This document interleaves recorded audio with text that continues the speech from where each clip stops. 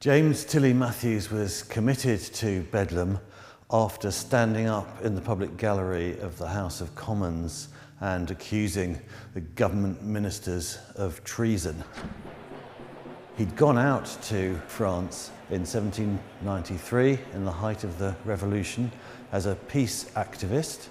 At the point when it looked like Britain and France were about to go to war, he concocted a peace plan and ended up being arrested by the Revolutionary Committee of Public Safety in Paris and eventually ended up in a revolutionary jail.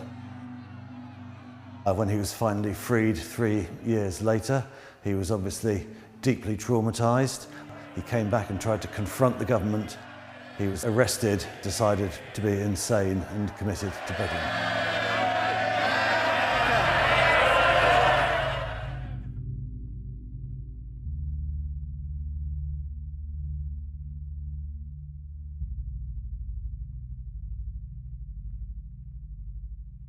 The heirloom is an imaginary machine that was envisaged by James Tilly Matthews. He believed that the heirlooms were weapons of war. They were weapons that were installed all around London, and their main task, their main function, was to control the minds of the British government and him. The heirloom was operated by a group of French revolutionaries who Matthews believed had come over from France and were stationed in and around the Houses of Parliament. And their job in operating the heirloom was to try and propel Britain into war with France, what actually became the Napoleonic Wars. He was presenting himself as a patriotic Briton to the British government and as a committed revolutionary to the French government. So you can see that the idea that his mind is being controlled, that thoughts are being forced into his brain, is a way of talking about what it's like to be a double agent. I think the heirloom, as well as being about his revolutionary adventures, is also in a way about Bedlam itself and what it's like to be confined there. The world of the heirloom doesn't really materialise until he's been inside Bedlam for several years. And it's in a way a kind of nightmare vision of the madhouse. His mind is being permanently controlled. This is an institution or a machine that looks from the outside as if it's trying to cure him, to make him sane, but its real purpose is to make him mad. Matthews describes the heirloom operators working the levers and the keys to create a magnetic effect that is then propelled at the victim via this sort of giant fan. And the heirloom runs on a whole series of fluids and gases. These are held in the barrels and are sucked into the machine, to the body of the machine.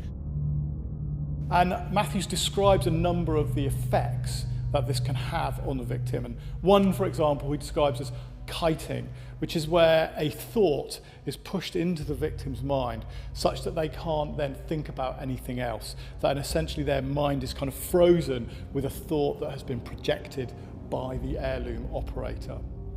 In the 1800s, John Haslam is the apothecary of Bedlam Hospital and has charge over James Tilly Matthews and all the other patients. And he publishes Illustrations of Madness, the book of Matthews' writings and drawings about the heirloom.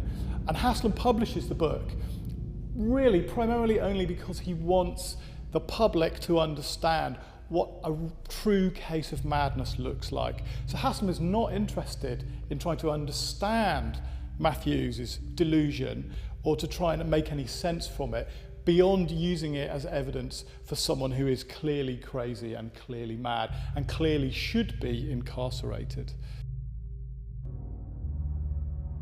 After 12 years inside, his family have a hearing to determine whether he's mad or sane and whether he's being rightfully kept in Bedlam. A letter from the Home Secretary appears saying, we trust that the governors of Bedlam will keep this madman locked up. So the question of whether he's being detained as a lunatic or as a political prisoner remains very, very murky.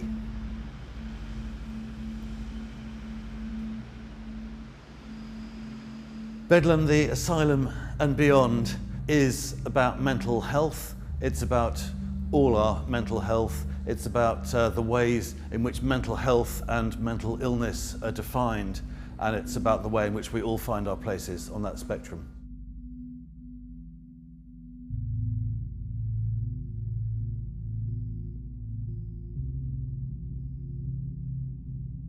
After James Tilley Matthews drew the heirloom, a couple of people were impressed by it and came to his cell and taught him how to do architectural drawing.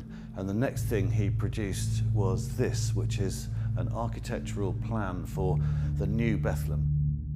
It's a beautiful design for the building, a huge contrast to the old crumbling Bedlam. It has large windows, so lots of light into the little cell windows at the top. Patients can see out, lots of fresh air, it's much healthier. But also, and particularly in these notes that accompanied the drawings, he lays out a visionary idea of what the asylum might be that's completely different from anything that's come along before, and in fact turns out to be a kind of revolutionary idea that drives the notion of asylum into the 19th century. He argues that the way it's currently been conceived is it's a tyranny run from the top down by authority and control, and the patients are really nothing but prisoners. They just sit around all day doing nothing.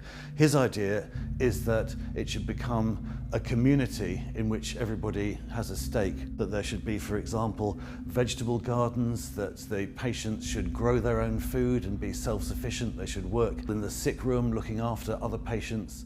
What you start to see emerging here with James Tilley Matthews' idea is the idea that an asylum can actually be a sanctuary and a model society, even a utopian society, in which all the elements of society that made people mad in the first place have been taken away, and what's left is a kind of perfect community.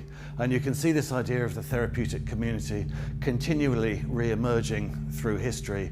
In the 20th century, it emerges particularly in war hospitals, where people suffering from shell shock or combat stress start to run their own institutions. And those ideas fed directly into the radical psychiatry movement of the 1960s, particularly in the democratic psychiatry movement in Italy, Psychiatria Democratica, which coalesced around the psychiatrist Franco Basaglia, opening up the wards, becoming a democratic institution with big public meetings, using the term therapeutic community to describe what he was doing, and that was the core of a movement, opening up asylums, moving people out of them into the communities, and finally in 1980 with the passing of the Basaglia law, turning Italy into the first country in the world in which asylum admissions were banned.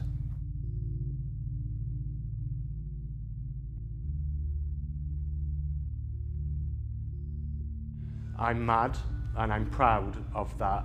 My brain works in a different way and I have no shame about that. But you have to acknowledge that those experiences can be painful and distressing, and so we do need support to manage those experiences, but I don't think we should be saying there is something wrong with you, there is a problem in your brain, because it's a very, very, very narrow definition of that brain, and it's a very medical approach to the human mind, which is as much an art as a science. This model which we're proposing as a utopian mental health hospital is designed around the need for different levels of privacy, so the higher you go up, the more privacy you get. And then in the central strip of the model is really focused around activities. So a workshop to do things, a square to meet other people, and then a bakery that's really focused around food. But it's really giving people the chance to be active rather than bored, which is what happens in a lot of hospitals. The other approach that we've really been thinking about is this notion of mutual care. How can we care for each other in a productive way?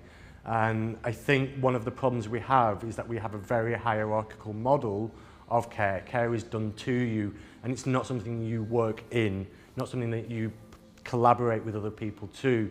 So I think that shift in how we think about care can deal with a lot of the tension that arises in our current care model.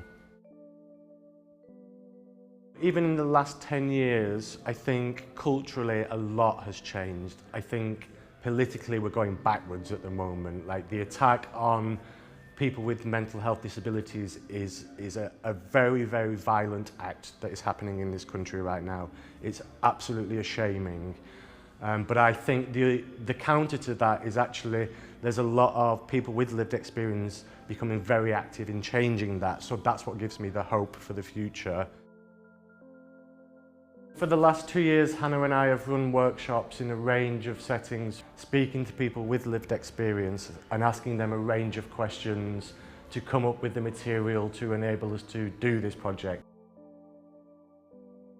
For me, care is not a medical issue, it's a social and political issue. So this is about really giving people with lived experience agency and autonomy to take control of their environments, to take control of their healthcare, and to start thinking about how we mutually care for each other. So it's a real, actually it feeds into a process of an emancipatory process of people, crazy people, you know, fighting for our rights in that respect. So this is just really the process we went through with our workshops. We were just asking a range of very open, positive questions from what does good mental health care feel like? And people told us really simple things like it makes me feel understood, or that things are not okay but it will be okay. And then we moved on to the kind of senses, so what does good mental health care smell like, taste like, feel like to touch and so on. And then we moved into questions of what are the attributes of the people around you, so what can they do to support you, and also what can you do that supports your mental health. And again, it's very simple things from having a professional hugger to having David Attenborough read me books, which is one of my favourites. And then we just presented all that research to our architects, Ben and James, and our illustrator, Rosie, who just transformed all of that to what you see in front of you here. We're actually now designing real-world mental health hospitals. We're going to take a bit of a break to look after our own mental health, and then we will be continuing a relationship with Bedlam Hospital to do some more real-world development there as well.